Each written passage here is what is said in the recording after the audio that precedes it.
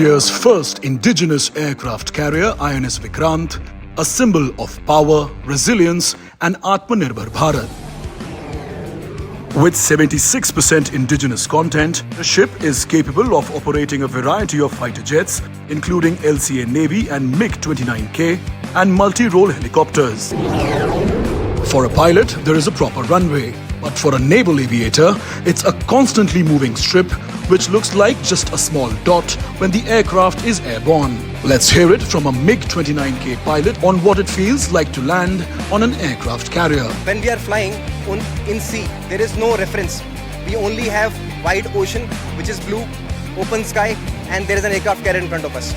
So that one small dot in front of us is our landing spot.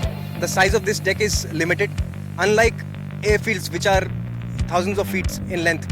So for us to land on one deck, precision is required, so much precision required that the aircraft is touching down so that we are able to arrest those three wires and that hook is able to engage so that we can stop in this much distance. However, for deck, it's a continuously moving aircraft carrier. It's a no-brainer that landing during the night is a task in itself and the risk increases manifold on an aircraft carrier.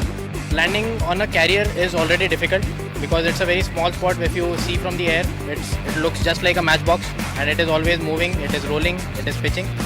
And the difficulties increase manifold when you are landing at night, because at night you only have the indication of lights that are given from the carrier's deck. The light indicates as to what is the angle of a particular pilot's approach, if the approach is steep or it is shallow, and the light corrections are offered to the pilot.